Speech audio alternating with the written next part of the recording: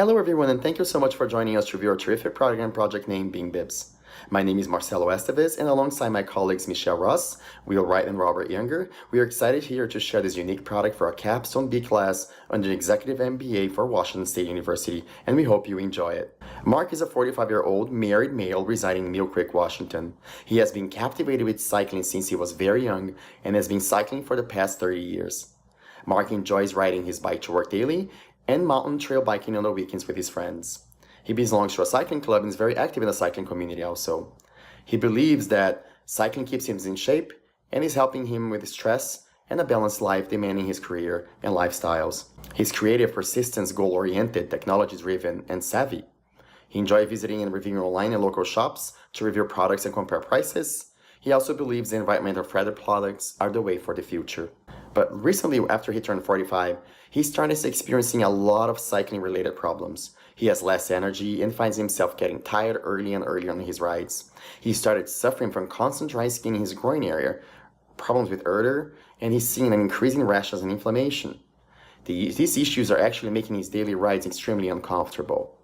He's losing his passion for cycling more and more frequently. He feels unmotivated and unhappy. He's noticing a drop in productivity and work and starting gaining weight. He's also seeing family issues and relationship issues. He's actually reconsidering his daily routine and weekly routines that has always been his favorite exercise and stress reliever. As Mark's story demonstrates, a more sedentary lifestyle for an average cyclist can be extremely devastating. And Being Bibs is the solution to this gap. We've designed a new active wear line of clothing or cycling bibs made from high-quality coffee fabrics, which are infused with transdermal micro beads. And our value proposition is that we're innovative. Actually, in the cycling active wear market and community, our product has odor-reducing properties of coffee fabrics. It includes aloe, vitamin E, vitamin B12, and hemp oils. It reduces odor, soreness, and rash. It can be used or its benefits continue for over 100 plus washes, and it's a top quality cycling garment. Let's provide our company description. We're a design, sales, and marketing company aiming to deliver cycling clothing to customers designed to nail or reduce cycling pain to create strong and more fearless cyclists. We are based in the Pacific Northwest, and we cater to competitive and hobby cyclists. Our vision is that to naturally reduce cycling pain to create more strong and fearless cyclists, and our mission is that we are passionate about cycling. We strive to create a thriving community of strong and fearless cyclists by designing specialized apparel that motivate you, the cyclist, to never miss a ride. Being Bibs will form in the Washington State as a corporation. Our legal considerations are that we actually have lawyers to assist with incorporation, contracting, and FDA compliance and purposes. We will utilize a pattern maker to draw up technical specifications, and we will also use a trade compliance and contractor to outline product and materials flow to ensure compliances within all countries of operations. And now let's review our industry analysis. Our industry overview based us under the NAICS code 315220, which is the most relevant industry for our purposes since it applies to operators who manufacture men's and boys' apparels from purchased fabrics. It also includes activities buying raw materials, designing and preparing samples, arranging for apparel to be made from raw materials, and marketing finished apparel, especially also under the athletic and manufacturing products. Even though there are $1.5 billion in revenue here, a profit of $39.4 million, an export sitting at $737 million, and an average of 2,228 businesses in the industry, this industry is actually declining currently due to the outsourcing and offshoring of products and labor.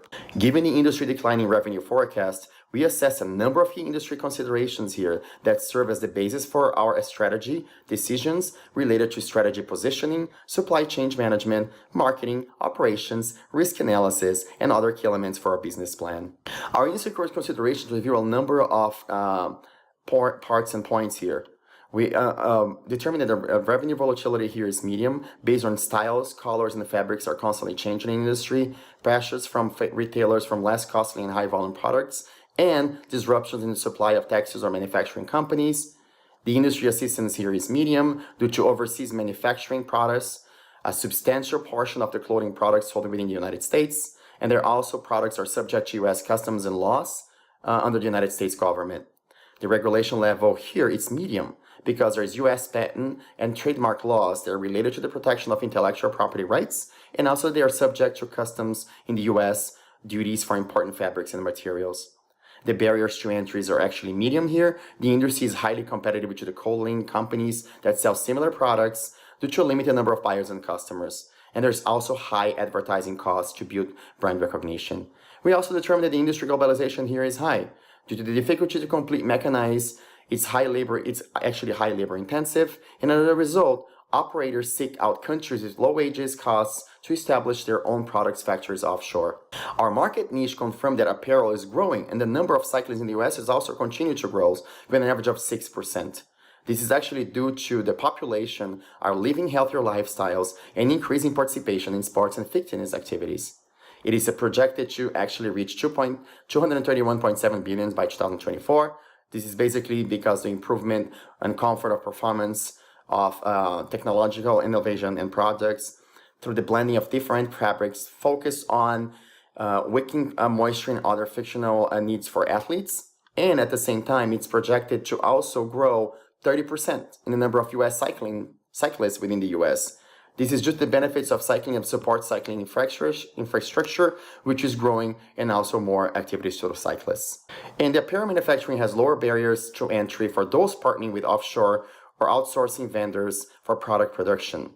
Cycling bibs are a relatively inexpensive product, generally less than $400, with low switching costs. There isn't an inherent installed base for any competitor. As a result, most apparel brands have similar return policies. Some differentiate to try to increase customer switching costs by offering products warranties.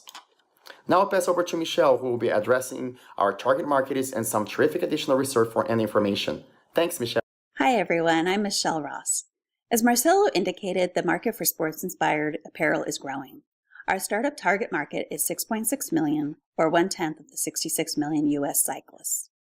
We developed our target customer model through our feasibility study, which indicated the majority of serious cyclists are male.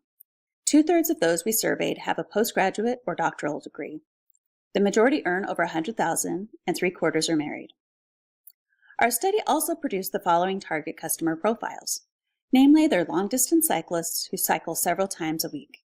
They value product function over making an environmental statement with their purchases. They purchase as many as 6 bibs per year and make new purchases based on the recommendation from local bike shops staff. Finally, we learned that the purchase of new performance sportswear is a tactile experience, and customers want to be able to touch and feel the bibs for comfort and fit before making a purchase decision. These purchase insights informed our distribution and marketing strategy that Rob will be introducing in a few minutes. We're launching bean bibs in the Pacific Northwest and targeting this region for our initial product introduction. The Northwest is a great fit for bean bibs because Portland and Seattle are highly ranked in the Best Bike Cities survey. Our bean bibs brand resonates with the coffee culture in the region, and our distribution and marketing approach will require a hands-on approach so that the Northwest makes sense since the majority of the team lives in this area. We've done research into our competitors to inform our value proposition, operations, distribution, and marketing strategies. The barriers to entry for cycling apparel wear are moderately low, so the market share is dispersed and highly competitive. There's no clear market leader. We completed a comprehensive competitor analysis. The direct competitors all sell cycling bibs. The indirect competitor, 512, sells volleyball shorts in the Seattle-Tacoma area that are made from similar coffee bean fabric. Their shorts don't contain any transdermal additives, but they do highlight the benefits from coffee bean fabric. They have a similar startup marketing approach as bean bibs, so they provided great insights into how we could differentiate ourselves from the other global competitors. We compared bean bibs to our competitors based on the criteria in the left column. Our assessment was informed by our feasibility study findings. When we compared bean bibs to the competitors in our ability to meet our target market needs, we matched or beat every competitor across all criteria. Our competitive analysis demonstrates the global competition within the cycling apparel market. Our model will help us compete on price while differentiating our product by focusing on addressing common saddle pain issues. Our feasibility study revealed that sustainably sourced materials are not important to our target customer. As a result of this market insight, bean bibs are differentiated from the competition by focusing on the odor-reducing, drying, and UV protection capabilities rather than sustainability of coffee ground fabric. In addition, we compete by focusing on reducing saddle area issues related to pain, soreness, and rash by infusing our fabric with transdermal microbeads containing natural aloe, vitamin E, vitamin B, and hemp oils. Our price point is competitive, and our distribution and sales approach differentiate us from all the direct competitors. As Marcelo outlined earlier, we assessed a number of key industry considerations. Those considerations and our feasibility study serve as the basis for Bean Bib's strategic decisions related to strategic positioning, supply chain management, marketing, operations, risk analysis, and other key elements of our business plan. We completed a SWOT analysis of the Bean Bib's internal strengths and weaknesses, as well as external opportunities and threats. The SWOT analysis, industry considerations, and target market needs informed our risk mitigation strategy. For each of the risks we identified, we developed an associated mitigation strategy. I'm now going to hand you over to Rob Younger to share our distribution, sales, and marketing strategies with you. Thanks, Michelle. And now I'm going to talk to you guys about our distribution, sales, and marketing strategy. So these are functional core items that make up Bean Bibs as a company. And initially, to generate sales, we'll begin by using our own internal website and then initiating those sales directly in around month 10. We'll springboard into local bike shops before signing with regional distributors to reach nearly all of Pacific Northwest local bike shops. In 2020, we'll expand nationally and launch our Amazon storefront. So search engine optimization, search engine marketing, social channels, traditional online periodicals will all be a big part of our strategy. Building landing pages that focus on keyword searches that individuals interested in quality cycling bibs or a garment that may help them solve some complicated cycling issues will be a core part of our strategy. From an operations management standpoint, there's a lot of different things that we're going to have to cover off on. First and foremost, we're going to be doing contract manufacturing, and we'll have to set up for that with our Asian partners. Initially, we will be strictly a sales and marketing organization, and we won't take on any of the work of actually manufacturing or even designing the Bean Bibs product. So from a location and facility standpoint, initially we're going to use additional extra space that we have available here in our home. Around year 3, we plan to purchase land, and in year 4, we actually want to build warehouse space and an office facility, so that way we no longer have to pay rents for those items. From a labor standpoint, mostly everything will be contracted initially. Labor will be only the owners, and then later sales support, distribution management, warehouse and logistics management individuals will be brought in to assist with the venture. Designers will be contract, and we will purchase design packs and outsource manufacturing. The finished goods will all be freighted to the United States, and we'll work to do continuous design improvement and share that feedback with our contract designers.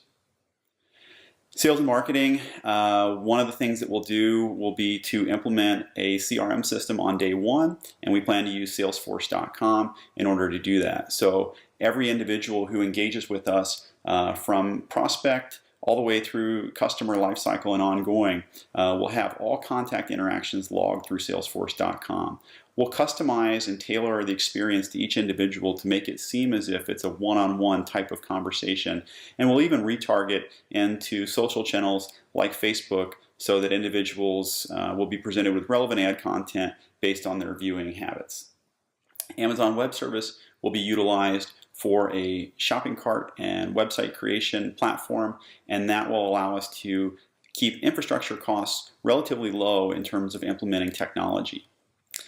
Fulfillment and distribution will be handled by leaders in cost, reliability, and flexibility, and we will contract with international freight management companies based on lowest cost, most advantageous, and efficient manner of delivery. We'll utilize major carriers for domestic shipping, emphasizing economics predominantly.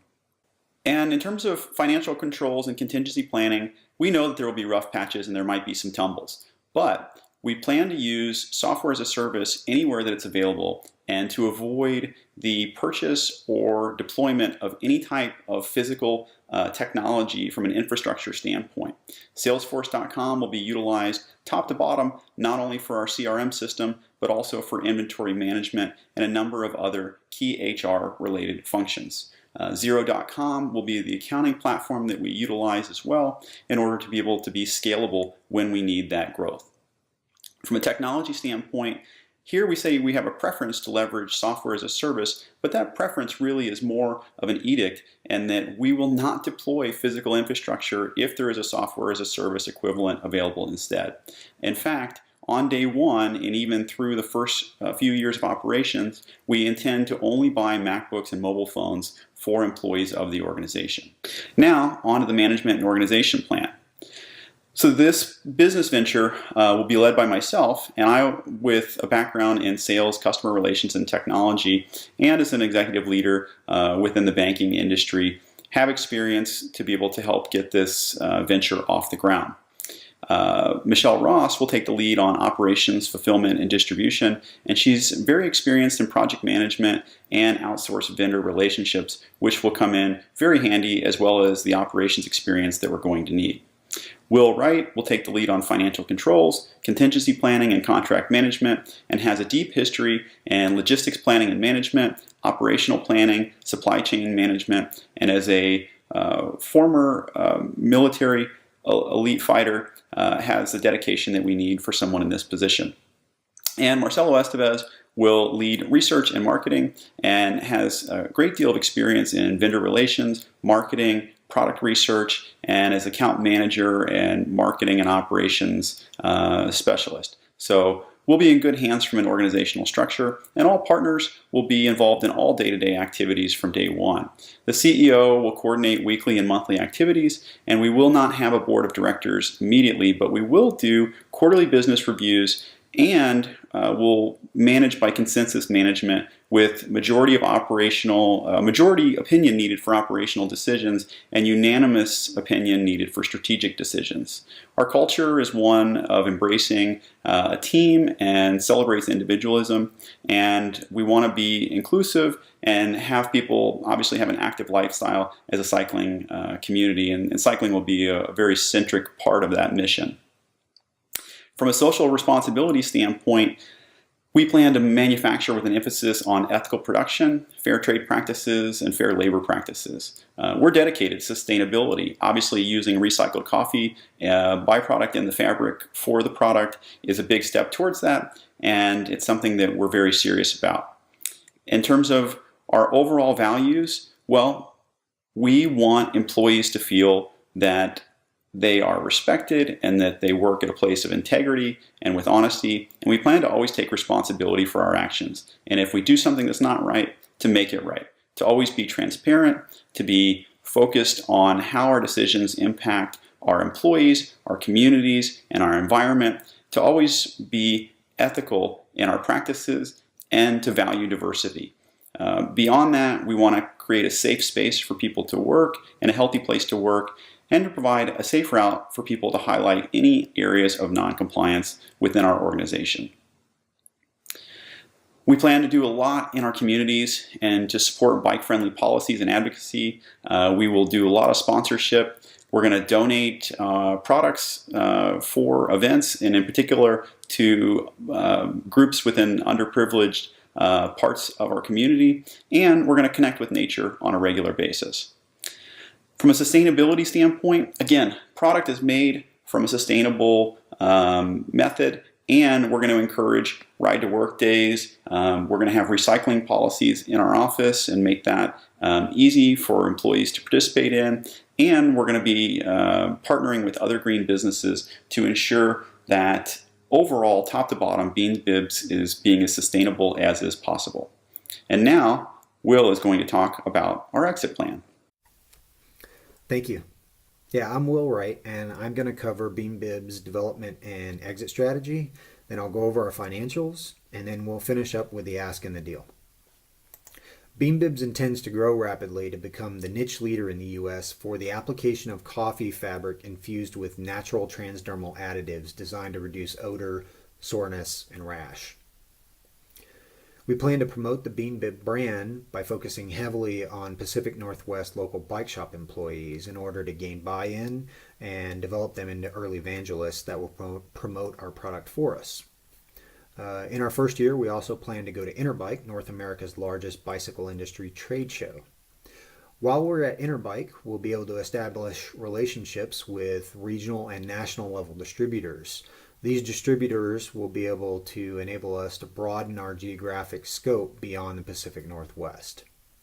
In years 3 and 4, you will see us begin our research and development phases, where in year 3 we'll focus on exploring product line and market expansion, and in year 4 we'll investigate potential for at least partially onshoring production so that we can begin custom orders. So here you see our first 5 years broken up into quarters on this timeline. It begins with our prototype and design approval, and then some lead time before we begin direct-to-consumer sales. Immediately after direct-to-consumer sales begin, we can begin local bike shop sales. Then in the fourth quarter of 19, in the first year, we'll go to Interbike, establish those distributor relationships, and begin distributor sales.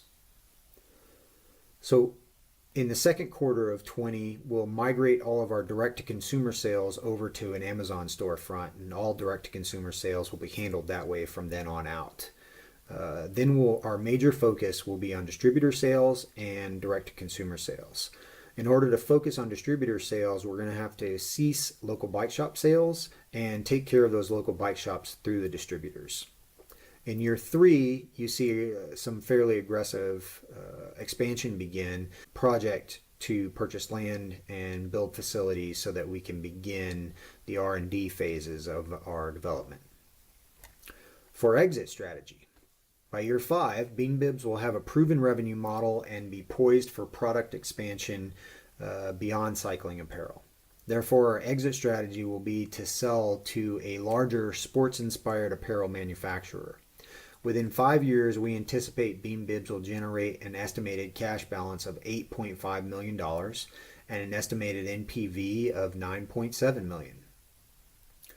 So for our financial plan, Bean Bibs will launch with an initial investment of $50,000 from each of the 4 founding members and $1 million from outside investors.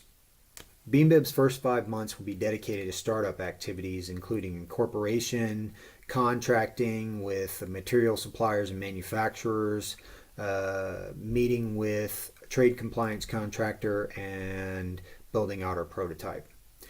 We anticipate revenue generating activities starting at a low level in the 6th month of year 1, with the first delivery of inventory in June 2019. Our multi-channel marketing and distribution strategy will enable an aggressive sales approach.